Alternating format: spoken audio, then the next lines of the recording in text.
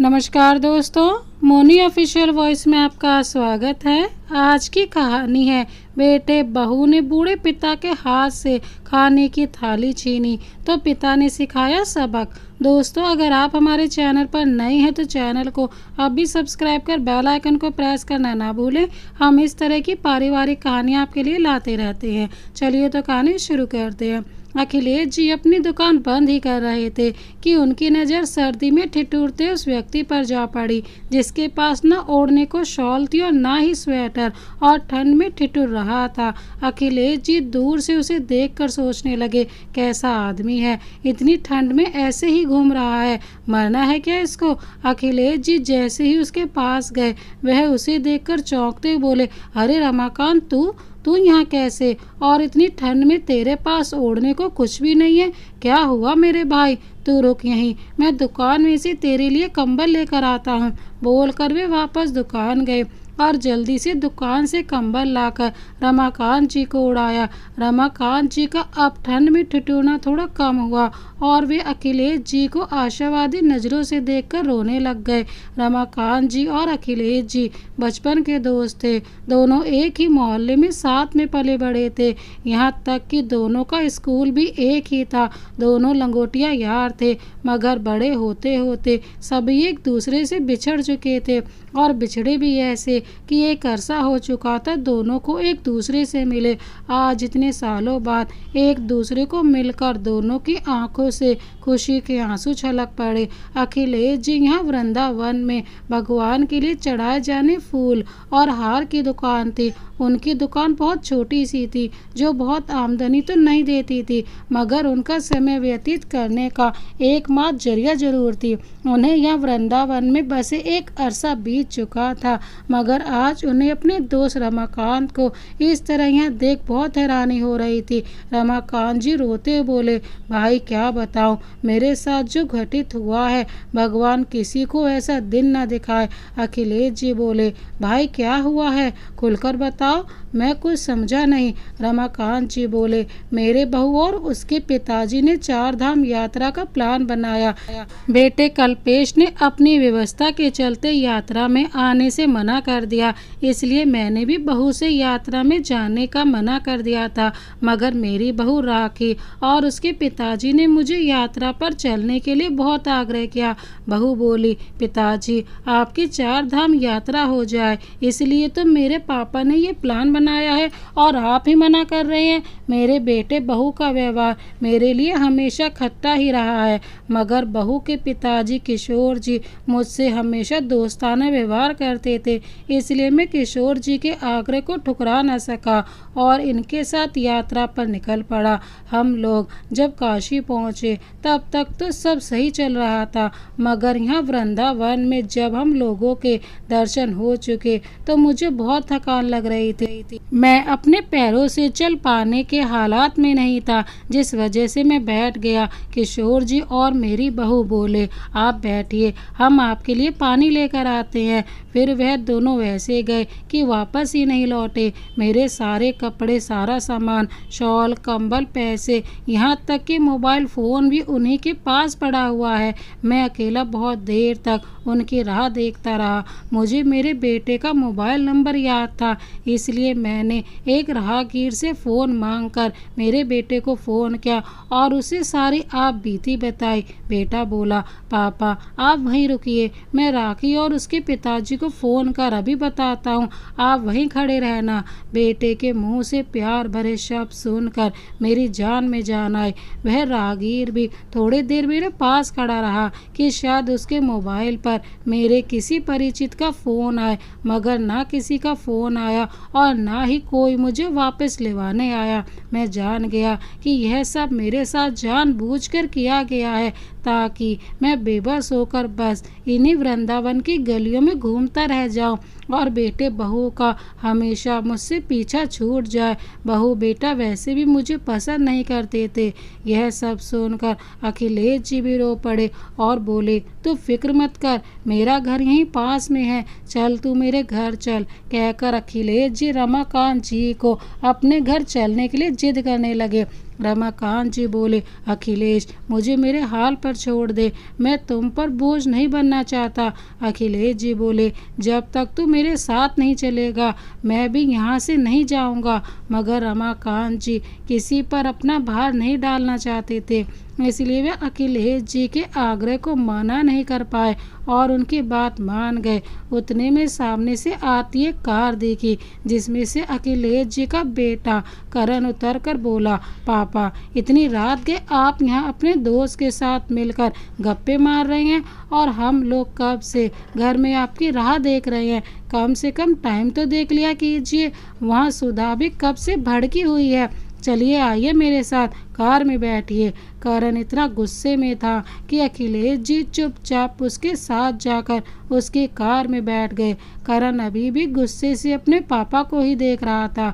रमाकांत जी अखिलेश जी की मन स्थिति समझ सकते थे। वे जान चुके थे कि उनके दोस्त अखिलेश की हालत भी उनके जैसी ही है।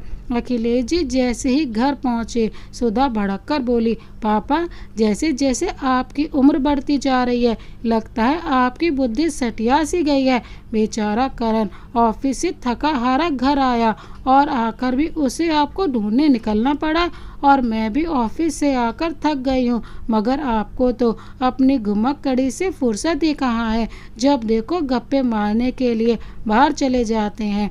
बेटे बहू पर तरस खाइए जरा और परेशान करना बंद करिए। अखिलेश जी बिना कुछ बोले चुपचाप अपने कमरे में सोने चले गए। उस दिन उन्होंने खाना भी नहीं खाया। वैसे भी सुधा तो कभी उन्हें खाना पूछती भी नहीं थी। रसोई में जो भी बचा कुचा होता अखिलेश जी उसी में पेट भर लेते थे। उनकी पत्नी के चले जाने के बाद जैसे तैसे जिंदगी कट रही थी। जिंदगी जीना तो वे कब के छोड़ चुके थे। रात के 3 बज चुके थे। अखिलेश जी को रह रह कर अपने दोस्त का ख्याल आ रहा था। उन्हें बिल्कुल भी नींद नहीं आ रही थी और उन्होंने अपने कमरे का दरवाज़ा खोला। चारों तरफ सन्नाटा पसरा हुआ था। बेटा बहू अपने कमरे में सो रहे थे। अखिलेश जी इधर उधर देख रहे थे। अखिलेश जी मौका पाकर घर से बाहर निकल गए और वहीं पहुंच गए जहां वे रमाकांत जी को छोड़कर आए थे। उन्होंने रमाकांत जी को देखा। वहां जाकर देखा तो रमाकांत जी कुछ लकड़ियों और सूखे पत्तों से आग जलाकर वहां बैठे ठंड से बचने का प्रयास कर रहे थे।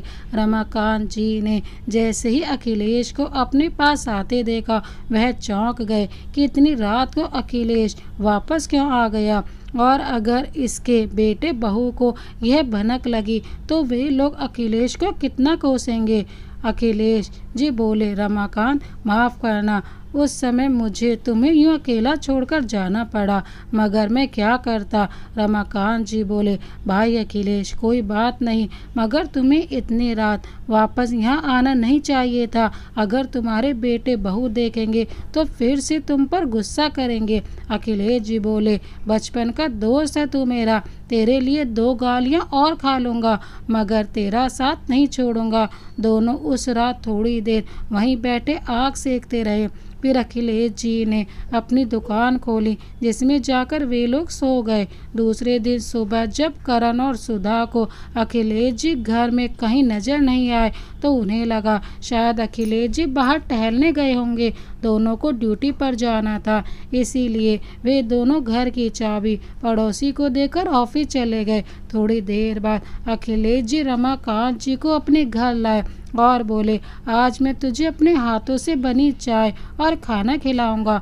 वहाँ दूसरी ओर सुधा का आज ऑफिस में सिर दुखने लग गया था, जिस वजह से उसने करण को फ़ोन किया और हाफ डे लेने की बात कही। करण बोला, सुधा तुम घर जाओ, तुम्हारी तबीयत ठीक नहीं है, तुम घर जाकर आराम करो, मैं भी घर आ जाता हूँ। आज मेरा भी ऑफिस में काम करने का मन नहीं कर रहा है। थोड़ी देर बाद दोनों घर पहुँच गए। जैसे ही घर में घुसे देखा अखिलेश जी रमाकांत जी और अपने लिए थाली लगा रहे हैं और उसमें खाना सर्व कर रहे हैं। अखिलेश जी ने सारा गर्म गर्म खाना अपने हाथों से बनाया था।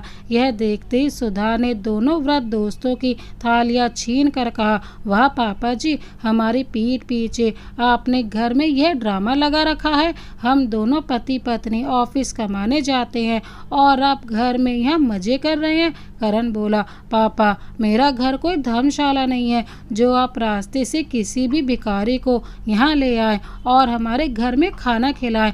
अखिलेश जी को यह सुनकर गुस्सा आ गया और वह बोले, बचपन का दोस्त है ये मेरा, भिखारी नहीं है। करण भी गुस्से में बोला, हाँ हाँ होगा आपके बचपन का दोस्त, हम क्या करें, इसको हमारे घर तो नहीं रख सकते हैं ना। अखिलेश जी अपने दोस्त की बेइज्जती और सहन नहीं कर पाए और बोले, चलो रमाकांत यहाँ से, अब मैं भी कभी यहाँ वापस नहीं आऊँगा। अब तक मेरे बेटा बहू मेरी ही बेइज्जती करते थे, मगर आज तुम्हारी बेइज्जती कर इन्होंने सारी हदें पार कर दी है। पता नहीं मेरी ही परवरिश में कोई कमी रह गई होगी, तभी तो मेरे बेटे में इतनी भी समझ नहीं है। करण और सुधा बोले, हाँ हाँ चले जाइए अपने इस भिखारी दोस्त के साथ, इसके तो घर बार के ठिकाने हैं नहीं, पर अब आपके भी नहीं रहेंगे। अखिलेश जी भी ताव में आकर बोले, भले ही बाहर भीख मांग लूँगा मगर तुम्हारे घर वापस नहीं आऊँगा। आज तुम लोगों ने हमारे मुंह से निवाला छीना है, कल भगवान तुम्हारे मुंह से निवाला छीनेगा। करण बोला, बुढ़े कल की कल देखेंगे, तो आज की सोच। करण और सुधा ने आज बोलने की सारी हदें पार कर ली थी। अखिलेश जी रमाकांत जी को लेकर घर से बाहर आ गए। अखिलेश जी और रमाकांत जी जैसे ही घर से बाहर आए, रमाकांत जी अखिलेश जी को समझाते हुए बोले, तू मेरी वजह से तेरा घर क्यों छोड़ रहा है, मैं तो बेसहारा हो ही गया हूँ, तू क्यों बेसहारा हो रहा है। अखिलेश जी बोले, पत्नी नर्मदा के जाने के बाद वैसे भी बेटे बहू ने कभी पानी का गिलास तक ना पूछा मुझे रमाकांत। वो कहते हैं ना, जोड़े में से एक भी चला जाए तो बेचारा दूसरा इंसान जिंदा रहकर भी मुर्दा के समान जिंदगी काटता है। कुछ ऐसी ही हालत है मेरी, ना कोई इज्जत करता है घर में मेरी और ना ही किसी को फिक्र है मेरी। कम से कम तेरे जैसा एक दोस्त तो है मेरे पास जो कभी साथ नहीं छोड़ेगा, चाहे कैसी भी परिस्थिति हो। रमाकांत जी भी अखिलेश जी का साथ पाकर खुश हुए और दोनों दोस्त घर से निकल पड़े। अखिलेश जी के पास अपनी दुकान की चाबी थी, दोनों वहीं आ गए। अखिलेश जी और रमाकांत जी को भूख भी बहुत लग रही थी। बेचारों को अब तक खाना भी नसीब नहीं हुआ था क्योंकि बहू तो उनकी थाली तक छीन चुकी थी। अखिलेश जी की जेब में दुकान से कमाई हुई आमदनी थी, दोनों ने उन्हीं पैसों से खाना खाया और रात को दुकान में ही सो गए। दूसरे दिन एक व्यक्ति दुकान पर आकर बोला, अब यह दुकान मेरी है, आप लोगों को यहाँ से जाना होगा। यह सुनकर अखिलेश जी को झटका लगा। वह बोले, तुम्हारी दुकान? वह आदमी बोला, हाँ, आपके बेटे ने रातों रात यह दुकान मुझे बेच दी है। आप चाहें तो एग्रीमेंट के कागज देख सकते हैं।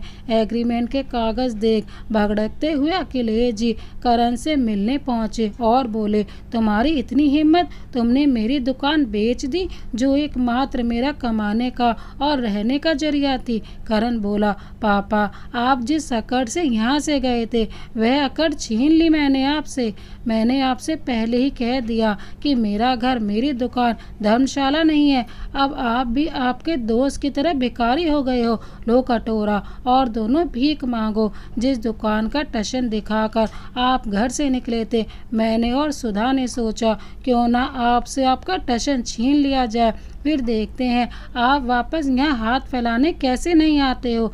आज अखिलेश जी को अपने खून से नफरत हो गई थी। वे रोते हुए बोले, बेटा अच्छा नतीजा दिया है तुमने मेरी परवरिश का। और वे घर से बाहर आ गए।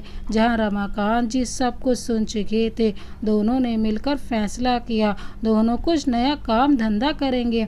वहीं वृंदावन में मंदिर के पास भगवान के आभूषण, हार और फूल की बहुत बड़ी दुकान थी, जहां बाहर बोर्ड लगाया हुआ था कि दुकान में काम करने वाले आदमी की तलाश है। दोनों वहां काम मांगने गए तो दोनों को काम पर रख लिया गया।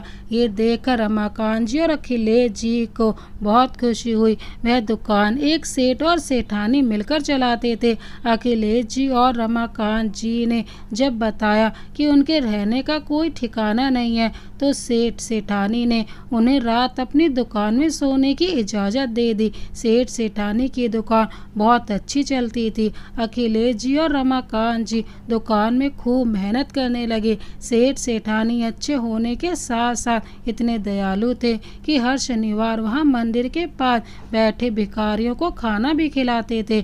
इतने अच्छे होने के बावजूद उनके साथ एक विडंबना यह थी कि उनकी कोई औलाद नहीं थी। रमाकांत जी और अखिलेश जी की मेहनत के कारण उनकी दुकान अब और अच्छी चल रही थी, क्योंकि ग्राहकों की भीड़ को संभालना दोनों दोस्तों को बखूबी आता था। सेठ सेठानी को अब दोनों वृद्ध दोस्तों पर विश्वास हो गया था। रमाकांत जी और अखिलेश जी बहुत ही मेहनत से दुकान में काम करते थे। एक दिन सेठ उनसे खुश होकर बोले, तुम दोनों के आने के बाद मेरी बहुत तरक्की हुई है, इसलिए मैं तुम्हारी पगार बढ़ा देता हूँ और एक वादा चाहता हूँ कि भविष्य में कभी मैं और मेरी पत्नी अगर इस शहर में नहीं है तब भी तुम दोनों यह दुकान इसी तरह ईमानदारी से चलाओगे और हर शनिवार मंदिर के बाहर बैठे लोगों को खाना जरूर खिलाओगे। अखिलेश जी और रमाकांत जी बोले, आपने हम पर इतना विश्वास किया है, इन बेसहाराओं को सहारा दिया है, हम आपसे वादा करते हैं। सेठ ने आज उनकी सारी व्यथा पूछी तो दोनों वृद्ध लोगों ने अपनी सारी आप बीती बताई। दोनों के आंखों में आंसू थे। सेठ को दोनों पर बहुत तरस आया और बोले, अगर बच्चे ऐसे होते हैं तो मैं भगवान का शुक्र मानता हूँ कि उन्होंने हमें बेऔलाद रखा। सेठ ने घर जाकर सेठानी को सारी बात बताई तो सेठानी को भी दोनों वृद्ध पर तरस आ गया और वे बोली, वे दोनों बूढ़े जब पहली बार काम मांगने आए थे तभी उनके चेहरे पर एक अलग ही पीड़ा थी। निराशा उनके चेहरे से साफ झलक रही थी। सच, ऐसी औलाद से तो औलाद ना हो, हम बेऔलाद ही अच्छे हैं। सेठ सेठानी बहुत समय से कहीं गए नहीं थे, उन्हें कभी दुकान से फुर्सत ही नहीं मिली थी और अब दोनों बूढ़ों पर सेठ सेठानी को बहुत विश्वास हो गया था, इसलिए दोनों ने विदेश यात्रा घूमने का प्लान बनाया। अखिलेश जी और रमाकांत जी के भरोसे दुकान छोड़ दोनों सेठ सेठानी विदेश यात्रा के लिए निकल पड़े, मगर रास्ते में उनका प्लेन क्रैश हुआ और दोनों वहीं भगवान को प्यारे हो गए। दोनों अब इस दुनिया में नहीं थे। यहाँ अखिलेश जी और रमाकांत जी मन लगाकर दुकान संभाल रहे थे और हर शनिवार बेसहारा लोगों को खाना भी खिला रहे थे। दोनों की बहुत समय से सेठ सेठानी से कोई बात नहीं हुई थी। वे सोच रहे थे विदेश से फ़ोन करना असंभव होगा, तभी तो दोनों ने एक फ़ोन भी नहीं किया और जब भी यहाँ से यह लोग फ़ोन करते तो सेठ सेठानी के नंबर बंद बताते। सेठ सेठानी को गए 1 महीना हो चुका था, मगर वे लोग अब तक क्यों लौटे नहीं, यही सोचकर दोनों दोस्त पुलिस स्टेशन गए और सारी बात बताई। पुलिस ने पता करके बताया कि उनका प्लेन तो कब का क्रैश हो चुका है, वे लोग अब इस दुनिया में नहीं रहे। दोनों दोस्त को यह सुनकर बहुत रोए, मगर सेठ से किया वादा भी तो उन्हें पूरा करना था, इसलिए दोनों ने वह दुकान ईमानदारी पूर्वक चलाना नहीं छोड़ा। अब दोनों वृद्ध उस दुकान में बहुत ही मेहनत से काम करने लगे। एक शनिवार जब वे लोग मंदिर के बाहर बैठे लोगों को खाना खिला रहे थे तो अखिलेश जी ने अपने बेटे बहू को उस लाइन में बैठे देखा। अखिलेश जी उन्हें देख उनकी थाली में खाना डाले बिना वहां से निकल गए, मगर पीछे से रमाकांत जी आए और उनकी थाली में खाना डाला। करण और सुधा उनके सामने रोते बोले, हम लोगों ने आप लोगों के साथ इतना बुरा व्यवहार किया, इसीलिए ही शायद भगवान ने हमारा यह हाल कर दिया है, हमें माफ़ कर दीजिए अंकल। रमाकांत जी बोले, मैं तो माफ़ कर दूंगा, मगर तुमने भगवान जैसे तुम्हारे पिता का इतना दिल दुखाया है जिसे भगवान भी माफ़ नहीं करेगा। लो खाना खा लो और किसी चीज़ की ज़रूरत हो तो बता देना। करण और सुधा हाथ जोड़े एकटक उनको देखने लगे। आज उन्हें वह दिन याद आ रहा था जब उन्होंने अपने पापा और उनके दोस्त की खाने की थाली तक छीन ली थी और आज उनकी आंखों में आंसू थे। आज वही व्रत इन्हें खाना परोस रहा था। रमाकांत जी आगे आकर अखिलेश जी से बोले, माफ कर दे उन्हें, आखिर बच्चे ही तो हैं। अखिलेश जी बोले, तू माफ कर सकता है कभी तेरे बच्चों को जिन्होंने तुझे यहाँ ठंड में मरने को छोड़ दिया था। इस बात पर रमाकांत जी चुप हो गए। रमाकांत जी को जवाब मिल चुका था। थोड़े दिनों बाद उन्हें एक फटेहाल कपड़ों में एक औरत दिखाई दी, जो दिख तो उनकी बहू जैसी रही थी, मगर उसकी हरकतें कुछ पागल जैसी थी। रमाकांत जी ने देखा तो वो उनकी बहू ही थी। वह उसके पास गए तो उनकी बहू ने उन्हें पहचाना भी नहीं। थोड़ी देर बाद पीछे से बहू के पापा किशोर जी और बेटा कल्पेश दिखे और दोनों रमाकांत जी को अचानक सामने देख चौंक गए। कल्पेश अपने पापा के पैरों में गिर पड़ा और बोला, पापा, हमें अपनी करनी की सजा मिल गई है। हमने आपको यहाँ अकेले छोड़ दिया था, शायद इसलिए आज हमारा यह हाल है। राखी का मानसिक संतुलन खो बैठा है पापा, इसलिए हम वापस यहाँ इसे दर्शन कराने और आपको ढूंढने के लिए आए। पापा, चलिए हमारे साथ, भगवान शायद हमारे पापों की थोड़ी सजा कम कर दे। रमाकांत जी बोले, नहीं बेटा, मैं यहाँ बहुत खुश हूँ। भगवान एक हाथ से कुछ छीनता है तो दूसरे हाथ से कुछ अच्छा जरूर देता है। मुझे भगवान ने यहाँ बहुत कुछ दिया है। उतने में अखिलेश जी भी वहाँ पहुँच गए। अखिलेश को देखकर रमाकांत जी बोले, तुम लोगों ने तो मुझे मरने के लिए छोड़ दिया था, मगर भगवान ने मेरे लिए यह फरिश्ता भेज दिया था। दोनों दोस्त एक दूसरे का हाथ पकड़कर वापस अपनी दुकान संभालने चले गए। दोनों की बचपन की दोस्ती आज लोगों के लिए वहाँ मिसाल बन गई थी। दोस्तों, कायनात गवाह है, माँ बाप का बुरा करके आज तक कोई सुखी नहीं रह पाया है। इसलिए तो कहते हैं, माता पिता के आशीर्वाद से बरकत होती है। हो सके तो कभी माता पिता का दिल ना दुखाएं, अपने माता पिता की सेवा करें। तो दोस्तों, आपको यह कहानी कैसी लगी कृपया कमेंट बॉक्स में ज़रूर बताएं। ऐसी ही अन्य कहानियाँ पढ़ने के लिए हमारे चैनल को सब्सक्राइब कर बेल आइकन को प्रेस करना ना भूलें। मिलते हैं एक और नई पारिवारिक कहानी के साथ, तब तक के लिए जय हिंद, वंदे मातरम।